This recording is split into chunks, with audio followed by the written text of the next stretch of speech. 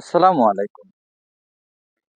একদিন ইমাম হাসান এবং ইমাম হুসাইন রাদিয়াল্লাহু আনহু দেখলেন একজন বৃদ্ধ লোক অজু করার সময় ভুল করতেছিল। এখন ওরা দুইজনে চিন্তা করলো উনার অজু কিভাবে শুদ্ধ করা যায় এই বিষয় নিয়ে। তখন তাদের মাথায় একটি বুদ্ধি আসলো। তখন তারা ঝগড়া করতে লাগলো।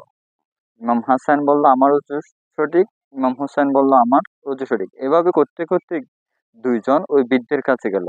বলল, দেখেন ও বলতেছে ওর অজু সঠিক, আমি বলতেছি আমার অজু সঠিক। আপনি একটু দেখেন তো আমাদের দুইজনের মধ্যে কার অজুটি সঠিক।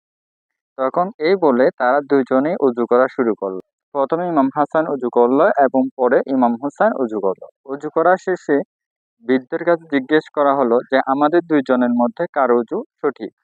তখন বৃদ্ধ দেখলেন তারা দুইজনে একই রকম অজু করলো। তখন বৃদ্ধ বলল, তোমাদের অজু একদম সঠিক হয়েছে, বরং আমার অজুই ভুল হয়েছে। এটা থেকে আমরা শিক্ষা পাই যে কাউকে অপমান না করেও আমরা চাইলে তাকে সুন্দরভাবে সেটি শিখিয়ে দিতে পারি।